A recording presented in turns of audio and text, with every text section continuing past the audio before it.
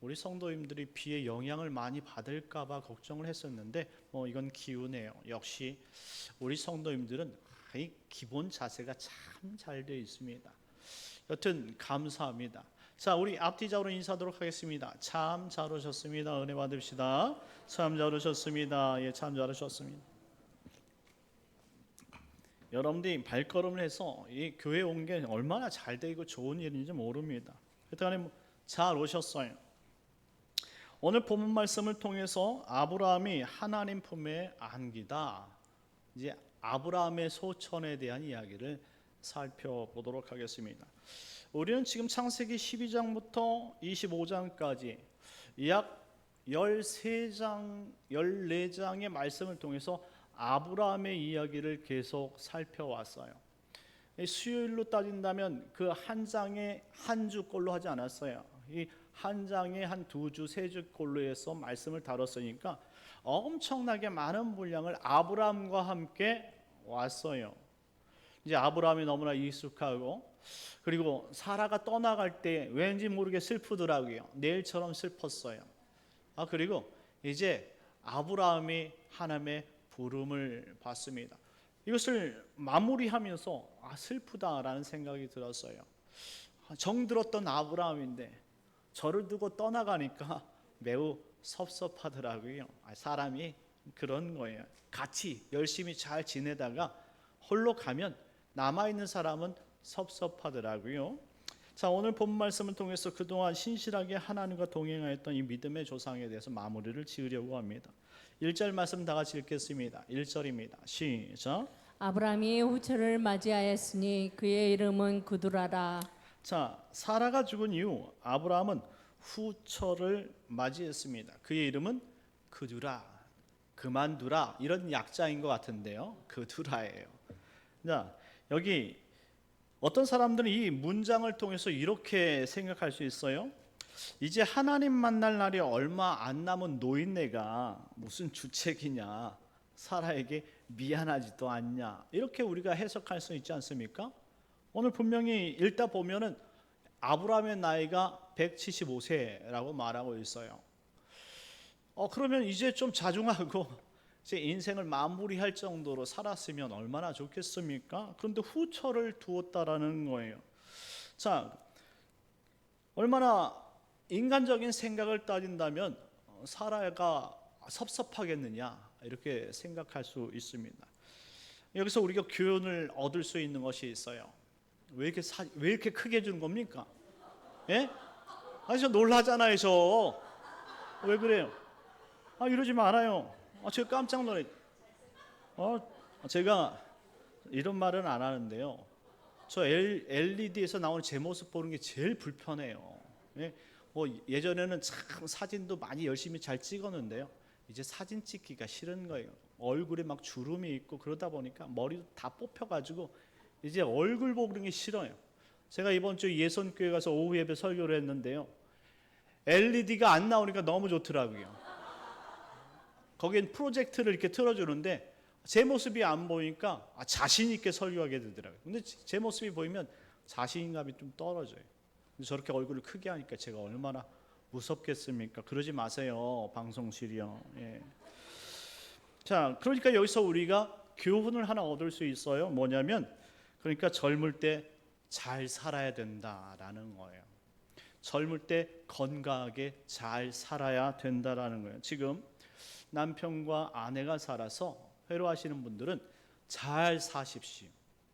건강을 잘 유지하시고 그 건강을 통해서 부부가 서로 아름답게 정말로 생활하는 것이 하나님의 복이다라는 것입니다. 죽은 자는 말이 없고 산 자는 죽은 사람을 생각하다가 외로워지기 때문에 결혼을 하게 되는 거예요. 딴만 품은 것이 아니라 사람이 외로움을 타기 때문이라는 것이죠. 그러니 섭섭하다 생각하지 마시고 서로 건강하게 두 분이서 오래오래 사시길 예수님의 이름으로 축원합니다. 싸우지 말고 건강하게 오래오래 행복하게 어차피 천국 가서 다시 만날 것 아닙니까? 천국 가면 어디 도망가는 거 아니에요. 내 눈앞에 나타날 사람이에요. 그러니까 여러분들 서로 잘해 주세요. 물론 그때는 멋쟁이 선남선녀로 다시 만나겠지만 그때 외면하지 마시고 지금 여기서 잘해 주시고 거기서도 좋은 만남이었으면 좋겠어요. 아브라함이 늦은막한 나이에 아내를 얻은 것은 이삭을 결혼시키고 나니 사라에 대한 그리움 때문이라 말해도 과언은 아닐 거예요. 창세기 24장 67절 말씀인데요. 우리 25장 바로 윗절 소급해서 올라가게 되면 67절에 이렇게 기록이 되어 있는 것을 확인할 수 있어요. 혹시 성경 찾았습니까? 자, 67절 한번 읽겠습니다. 시작. 이삭이 리브가를 인도하여 그의 어머니 사라의 장막으로 들이고 그를 맞이하여 아내로 삼고 사랑하였으니 이삭이 그의 어머니를 장례한 후에 위로를 얻었더라. 아멘. 이삭도 엄마 때문에 너무나 힘들었는데 그의 아내 리브가를 만난 후부터 위로를 받았더라라는 평가를 내리고 있듯이 아브라함 역시 너무나 한 여인을 바라보고 너무나 사랑했어요. 그가 미리 하나님 부르심을 받으니까 주체 못할 어려움과 힘듦이 있었겠죠. 그래서 하나님께서 그두라를 옆에 붙여 주신 거예요. 한 사람에 대한 사랑이 너무 지극하면요, 떠나갔을 때 그 외로움을 견딜 수가 없다라는 말이죠. 그러니까 너무 사랑하면 한 사람이 떠나게 되어지면 그 사람 때문에 외로움으로 빨리 죽게 된다는 것이죠. 그러니 하나님께서는 그에게 나머지 있는 사명이 있기 때문에 그드라를 붙여 주신 거예요. 그렇습니다.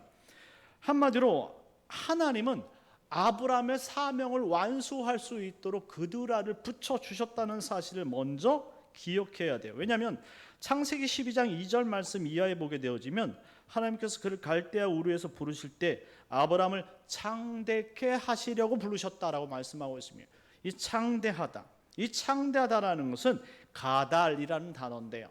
이 가달이라는 것은 영어의 그레이시예요. 위대하다, 엄청나다, 부유하다, 크다 이런 의미를 가지고 있죠.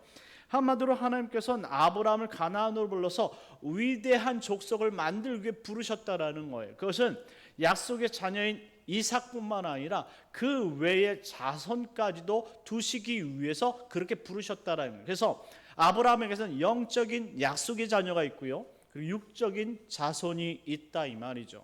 그래서 영적인 약속의 자손도 부흥하고 그리고 육적인 자손도 부흥할 수 있도록 하나님께서 지금 그 약속을 이행하고 계신다라고 생각하면 돼요.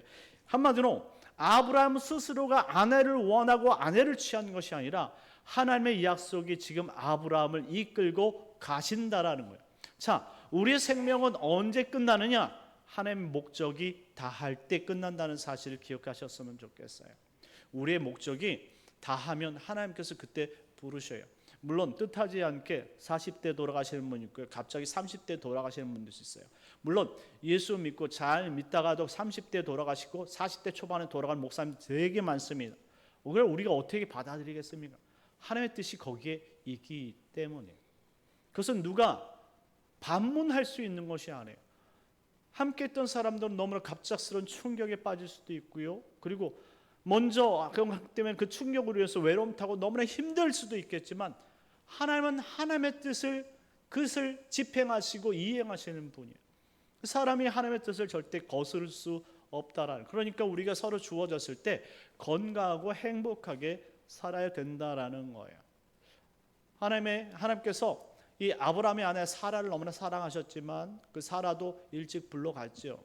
그리고 그 나머지 사이 가운데도 하나님께서 사라와 함께 아브라함을 보낸 것이 아니라 그 수많은 시간들을 또 하나님의 약속을 이행하도록 목적을 이루도록 아브라함을 계속 이끌어 가셨다, 이렇게 평가하면 될 것 같습니다. 그래서 낳은 아들들이 2절 말씀에 시므란과 욕산과 무단과 미디안과 이스박과 수아입니다. 이들은 곧 장성하였고 세상 두루 퍼지면서 민족을 이루기 시작했다, 이렇게 설명하고 있어요. 3절 4절 말씀 다 같이 읽겠습니다. 시작. 욕사는 스바와 드단을 낳았으며 드단의 자손은 아수르 족속과 루드시 족속과 룸미 족속이며 미디안의 아들은 에바와 에벨과 한옥과 아비다와 엘다이니 다 그두라의 자손이었더라. 아멘. 자, 3절 4절 말씀을 보니까 이 그두라를 통해 가지고 아들들을 낳는데 욕사는 스바와 드단을 낳고 드단의 자손은 아수르 족속과 루드시 족속과 르음미 족속이며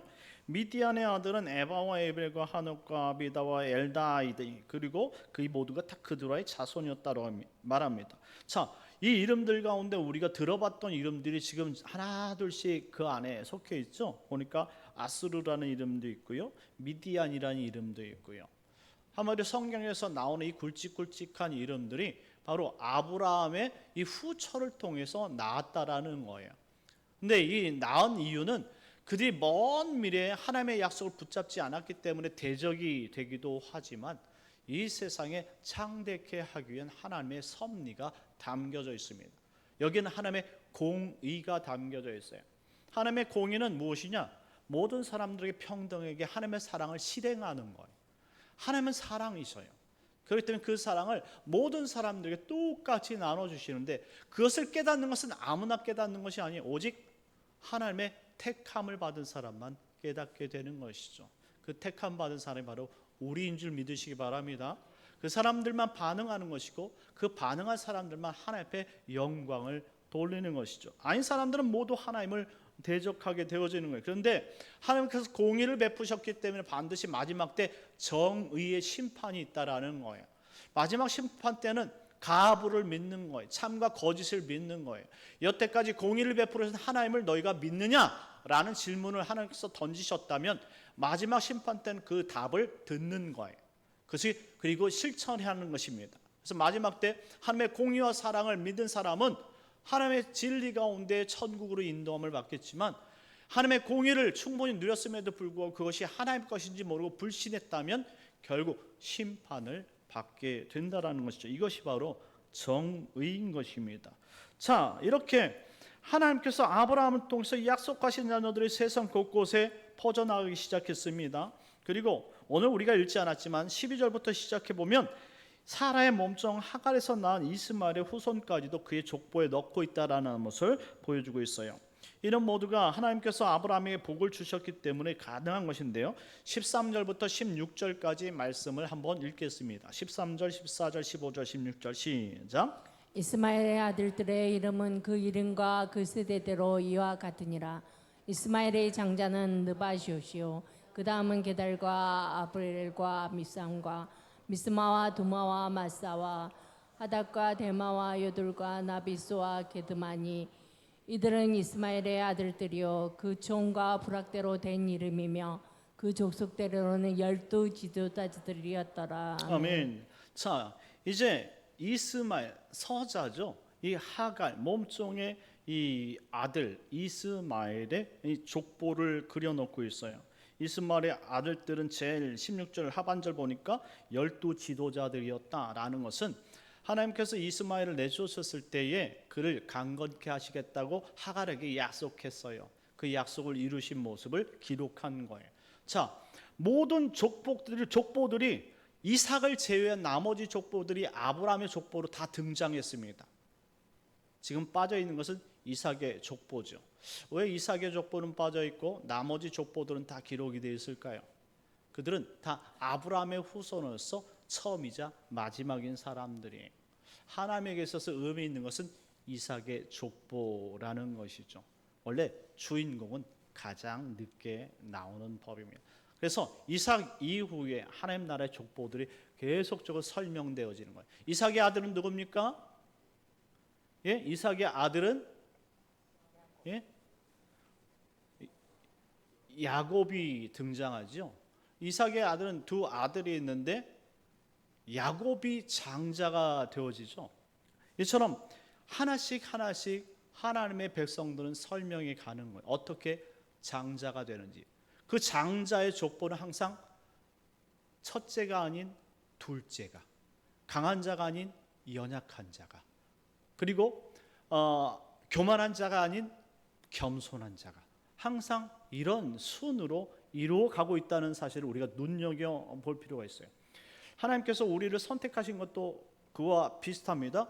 우리가 세상에서 강자가 아닌 연약한 자 가운데, 부자가 아닌 보통 사람인 가운데, 그리고 특별한 것이 아니라 내성적인 사람들 가운데, 정말로 위대한 사람이 아닌 볼 것 없는 사람 가운데, 그리고 교만한 사람이 아닌 겸손한 사람 가운데 여러분들을 부르신다는 것이 공통적으로 들어가 있다라는 것입니다. 자, 우리는 이렇게 아브라함을 통해서 지금 그 그두라를 통한 그러한 지파들, 민족들을 살펴보았고, 그리고 이스마엘을 통해서 주셨던 12 지도자들까지도 살펴보았습니다. 이 모든 것은 하나님께서 아브라함에게 약속하신 대로 창대케 하셨음을 증명해 낸 것입니다. 그것을 증명하기까지 아브라함은 살아 있어야지만 되었다라는 것이죠. 그러니 이삭, 영적인 줄기뿐만 아니라 육적인 줄기, 한마디로 이스마엘을 통해서 그두라를 통해서 이처럼 육적인 줄기로도 후손이 창대해져 가는 모습까지 하나님께서 그린 큰 계획이었다라는 것을 우리는 반드시 기억해야 됩니다. 하나님은 신실하신 하나님입니다. 그래서 아브라함과 상관없이 자신의 약속을 이어가셨다라는 사실을 생각해 볼 때에 오늘도 동일하게 적용이 되어지는 거예요. 하나님은 신실하시기 때문에 그의 약속이 우리에게 머문다라고 치면 하나님께서 나를 통해서 그 약속을 계속 이루어 가시는 거예요. 그러니 여러분들은 여러분의 일생일대에 예수 믿고 나서 여러분들에게 주신 약속이 무엇인지를 하나님 말씀을 통해서 보면은 여러분들의 인생 앞으로 미래가 그려질 수 있다 이 말이죠. 여러분 이렇게 살다가 그냥 죽을 사람들이 아니에요. 왜냐? 여러분들에게 분명히 약속으로 보여주신 것들이 있는데 바로 후손이에요. 여러분들 후손은 누구냐? 바로 여러분의 자녀들이죠. 그 자녀들이 어떻게 방향성을 가지고 살아가야 되는지를 여러분을 통해서 잡아가기를 원하셔요. 그러니 여러분들은 그것을 반드시 영적인 흐름을 알고 이들이 이 후손들이 어떤 방향으로 살아가야 되는지 정확하게 판단하고 그 길로 인도를 할 책임이 여러분들에게 있다. 이것은 바뀌지 않습니다. 진작에 얘기해 주시죠 목사님, 이렇게 하실 수도 있겠지만 이제라도 알면 감사한 거예요. 아브라함에게 이와 같이 무수한 자손들을 허락하신다 할지라도 이제 아브라함에게 있어서 바뀌지 않는 것은 있습니다. 무엇이냐면 자신이 가장 사랑했던 유일한 아내 사라와 그리고 자신이 낳은 장자 이삭은 절대 바뀌지 않는다는 것을 보여줍니다. 5절로 소급해서 올라가겠습니다. 5절입니다. 시작. 아브라함이 이삭에게 자기의 모든 소유를 주었고 아멘. 아브라함이 이렇게 자녀들을 많이 낳아두고서 모든 소유를 누구에게 줬다고요? 이삭에게 줬다고요. 이건 너무한 거 아닙니까 하나님? 장자권이 이런 거예요. 장자것은 아버지의 모든 것을 받는 거예요. 근데 많은 학자들이 그렇게 얘기도 하죠. 장자는 두 갑절을 받는 것이다 라고 생각하는데요. 갑절이라는 것은 최상급을 뜻하는 거예요. 한마디로 모든 것을 의미하는 것이지 딱 2배를 뜻하는 것은 절대 아니에요. 그것은 인간의 공식이고요. 오늘 보면 이삭에게 아브라함의 모든 것을 다 줬다라고 말하면 이게 장자권이에요. 한마디로 이 장자권은 아브라함의 모든 것을 받는 거예요. 어떤 것을 받냐면 물질적인 것도 받지만 그 영적인 축복을 함께 받는 거예요. 한마디로 하나님의 약속과 하나님의 나라를 이어받는 거예요. 그래서 이 장자권이 그때 너무나 중요했던 거예요. 왜냐하면 이 장자권은 하나님 나라의 구원과 동일한 맥락으로 움직이고 있기 때문에 한마디로 믿음이 없으면 이 장자권을 절대 받을 수가 없는 거예요. 그러니 이삭의 두 아들이 이 장자권을 가지고 싸우는데 장자권에 대한 관심을 누가 보이느냐? 야곱이 보였던 것이죠. 그가 보이고 싶어서 보인 것은 아닐 거예요. 왜냐하면 하나님께서 이 리브가를 통해서 그 뱃속에 아기를 주셨을 때 두 민족이 함께 있는데 큰 자가 작은 자를 섬길 것이다 이렇게 말합니다. 하나님께서 작은 자에게 복을 주셨다라는 거예요. 그러니 나와서 큰 자는 한마디로 장자권에 대해서 관심이 없었어요. 세상에 관심이 있죠. 오히려. 그래서 세상의 남자다움에 관심을 가지고 세상의 것만 추구하려고 했죠. 그런데 이 둘째 막내는 그러지 않았어요. 오밀조밀 그 다음에 가정에서 자라면서 엄마 밑에서 신앙의 교육을 받고 결국 믿음이 무엇인가를 듣고 장자권에 대한 관심을 갖게 되죠. 하나님의 복이 누구에게로 흘러가느냐? 남자다움에 흘러간 것이 아니라 하나님의 복을 기다리는 자에게로 흘러간다는 사실을 보여주고 있는 것이죠. 이처럼 장자는 모든 것을 가져요. 그래서 여러분들 에서는 아무것도 갖지 못했잖아요. 시기 질투 열등감만 가지고 평생토록 야곱을 쫓아다닌 사람이 에사이, 얼마나 불쌍합니까? 물론 세상 속에서 400명이라는 참 군대를 다스리는 장군은 민족의 지도자를 냈을지 몰라도 결국은 야곱의 정말로 밑에 수하에서 복을 받아야지만 되는 연약한 인간이 되고 말았다는 것이죠. 그런데 어떻게 됐습니까? 야곱은 여러분 이스라엘이라는 민족을 이루었다라는 것을 생각해 볼 때에 장자권은 아주 위대한 것이라는 사실을 알 수가 있어요. 하나님께서 우리에게 주신 장자권, 그것이 우리에게 영원한 생명이고 믿음이라면 하나님께서 우리에게 그 믿음 주고 영원한 생명 주신 것은 조그만 것을 위해서 주신 것이 절대 아니란 사실을 기억하십시오. 우리가 가려고 하는 저 하나님 나라는 그냥 그저 그런 나라가 아니에요. 여러분이 생각하고 있는 롯데월드라든가 에버랜드 같은 수준이 아니라 이 말이에요. 여러분들이 이 세상에서 가장 가보고 싶은 나라가 어디입니까? 그 나라 콕 찍어봐요. 그런 나라와 절대 비교할 수 없는 나라예요. 그건 나라도 아닌 거예요. 이 세상에 타락하고 썩어진 나라, 어떻게 하나님 나라 비교할 수 있겠습니까? 미국 좋아하는 사람 참 많은데 미국보다 솔직히 유럽이 훨씬 아름답습니다. 그래서 사람들이 유럽을 가려고 합니다. 돈이 많이 들어요. 그런데 그 유럽보다 훨씬 아름다운 나라가 하나님 나라인 줄 믿으시기 바랍니다. 하나님은 우리에게 그것을 준비하고 위대한 삶을 살도록 우리에게 믿음이라는 것을 주셨다는, 이것이 바로 장자권과 맞물려 있음을 우리가 알아야 되는 거예요. 물론 다른 자녀들에게 아브라함이 재산을 주지 않았던 것은 아니에요. 창세기 21장 14절 말씀에 보면 하갈과 그의 아들 이스마엘을 떠나보는 때에 이렇게 표현하고 있습니다. 떡과 물 한 가죽 부대를 가져다가 하갈의 어깨에 메워줬다라고 말합니다. 뭐라고요? 떡과 물 한 가죽 부대. 이거 완전히 박대한 것 아닙니까? 그렇습니다.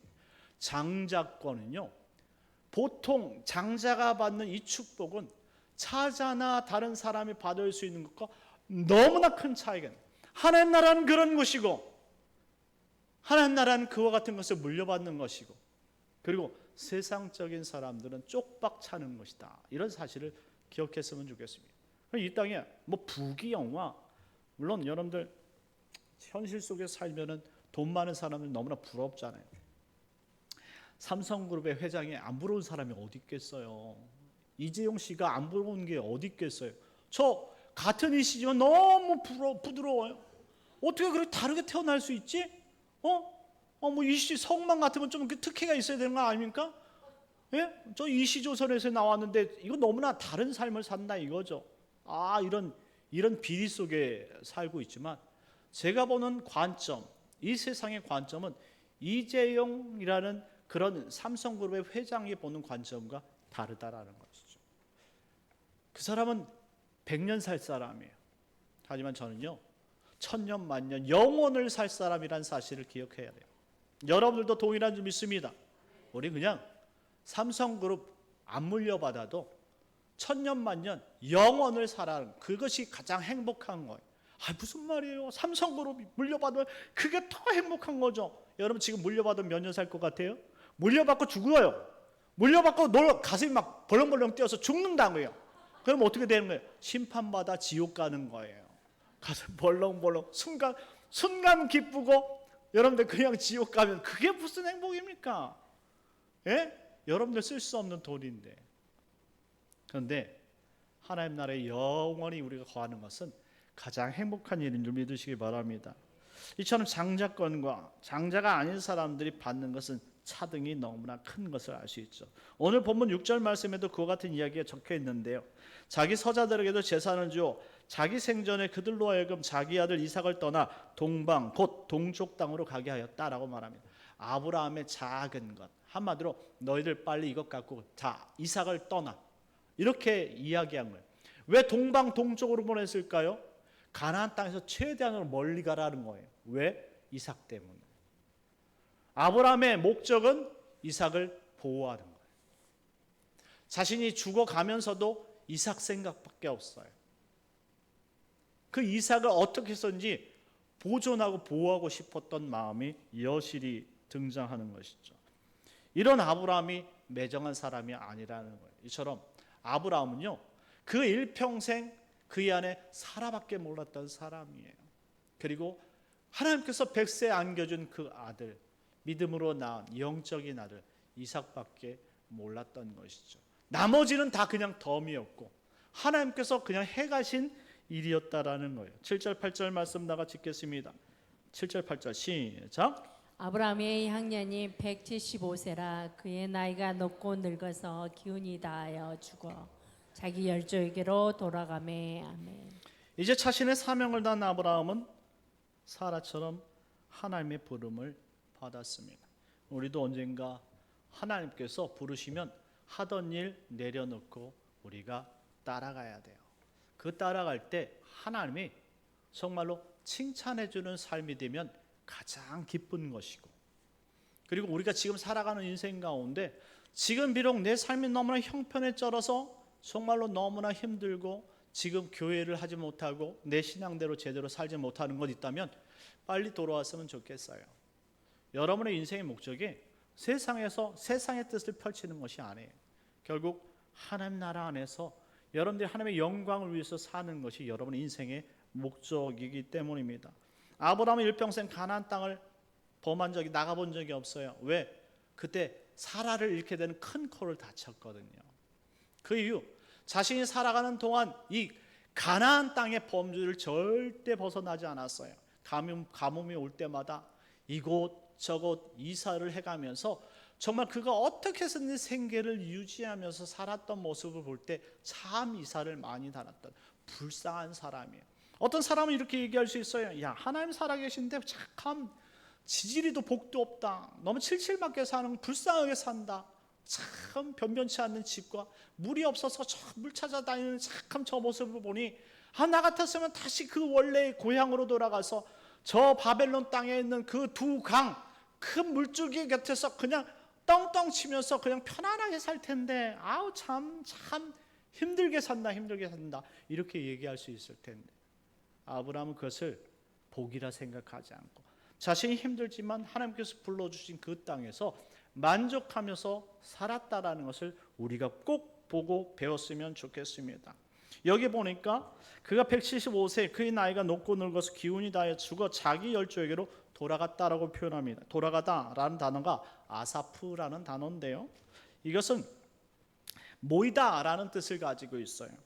자신의 열조, 하나님께서 아브라함에게 평생도록 계속 이야기해줬던 그 하나님 나라, 믿음의 사람들이 간다는 그곳에 먼저 가 있던 아담으로 시작해서 여러분들 아벨과 셋이 있잖아요. 그런 믿음의 열조들이 그곳에 있는 곳에 아브라함도 부르셔서 그것으로 모이게 됐다라는 표현을 하고 있는. 그래서 우리 모든 믿는 사람들은 하나님께로 돌아가는 것이죠. 그것은 분명히 요한계시록에 보면 하나님께서 통치하시는 나라라고 말합니다. 그러니 우리가 열조에게로 돌아가는 것은 하나님께서 통치하시는 하나님께로 돌아갔다라는 표현이 맞는 것이죠. 요한계시록 21장 3절 말씀에 보니까 하나님이 그들과 함께 거하시는 곳이며, 요한계시록 21장 4절 말씀에 보면 모든 눈물을 닦아주시는 곳이며 다시는 사망이 없고 애통하는 것이나 곡하는 것이나 아픈 것이 다시 있지 아니한 그곳이 바로 천국이라고 표현하고 있습니다. 이제 아브라함은 그곳으로 돌아갔어요. 그의 자녀들이 그 땅을 이제 지키며 살 것입니다. 9절 10절 마지막으로 읽겠습니다. 9절 10절 다 같이 읽겠습니다. 시작. 그의 아들들인 이삭과 이스마엘이 그를 마므레의 앞 해족속 소알의 아들 에브로느 밭에 있는 막벨라 굴에 장사하였으니 이것은 아브라함이 해족속에게서 산 밭이라. 아브라함과 그의 아내 사라가 거기 장사되니라. 아멘. 아멘. 이 9절과 10절 참 의미가 있습니다. 펴주세요. 예. 왜 이렇게 성질이 급하십니까? 말씀 좀 다시 띄워주세요. 자, 그의 아들들인 이삭과 이스마엘이 하나가 돼서 지금 아브라함의 묘지에 와 있는 것을 볼 수가 있어요. 아브라함이 하나님 나라 갈 때에 이삭과 이스마엘이 하나가 됐다라는 모습을 보여주고 있고요. 자, 보십시오. 자, 막벨라굴에 장사하였으니 9절 하반절이었고요. 그리고 10절에 이것은 아브라함이 해쪽 속에서 산 밭이라 아브라함과 그의 아내 사라가 거기 장사되었더라. 미리 사라를 먼저 보냈지만 아브라함은 너무나 사라를 사랑해서 결국 자신의 육신은 사라 옆에 묻게 된 것이죠. 이것이 무엇이냐? 육체가 사라와 영원히 함께했다, 이런 표현입니다. 부부는 함께할 때 의미가 있는 줄 믿으시기 바랍니다. 그러니 서로가 건강히 잘 지내시고, 이제 아브라함은 자신에게 주었던 그 인생을 최선을 다해서 가나안 땅에서 살아냈어요. 우리에게 주는 교훈을 한번 살펴봅시다. 하나님께서 우리를 지금 이 광야 속에서 가나안 땅으로 살아가도록 지금 부르셨어요. 여러분들의 아내와 남편과 아내가 힘들지만 하나님 나라를 살아가도록 믿음을 주시고 말씀을 통해서 이끌어가고 계신다, 이 말입니다. 그러니 서로 사랑하십시오. 그리고 그 사랑을 가지고 주님 앞에 나아갈 때까지 계속적으로 영원토록 주의 영광을 위해서 산다면 결국 하나님께서 우리에게 베푼 이 가정을 통해서 그의 약속들이 영원히 이루어져 갈 줄 믿습니다. 여러분들 자녀들도 믿음으로 잘 키우세요. 여러분들에게 주신 그 사명을 이루라, 이 말입니다. 사명을 다하면 하나님께서 이제 부르실 거예요. 저는 여러분의 자녀들이 믿음 생활을 우리 영락교에서 잘 커가며, 그리고 그의 손주들도 잘 영락교에서 크는 그런 모습을 보고 하나님 나라 가기를 바랍니다.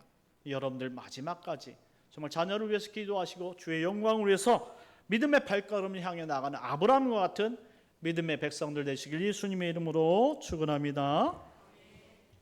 우리 시간 다 같이 기도합시다. 기도하실 때 하나님, 아브라함이 일평생 하나님 나라를 위해서 살고 하나님 말씀을 따라서 결국 하나님이 부르실 때 하던 일 모든 것을 내려놓고 하나님 곁에 가고 그의 육신이 그가 사랑하는 사람 곁에 누웠던 것처럼 하나님께서 우리를 부르시는 그날까지 믿음으로 잘 살아내고 하나님 뜻을 잘 분별하고 하나님께서 원하시는 일들을 가득가득 채우고 부르실 때 우리가 하나님 나라 갈 수 있도록 하나님 은혜를 베풀어 주옵소서. 우리 주여 한번 외치고 우리 기도하도록 하겠습니다. 주여, 하나님 아버지 감사합니다. 하나님의 사랑이 충만케 하시고 오직 예수 그리스도의 사랑이 아브라함에게 임했던 것처럼 우리도 그 사랑 부여잡고 믿음으로 살아갈 수 있도록 인도하여 주시옵소서.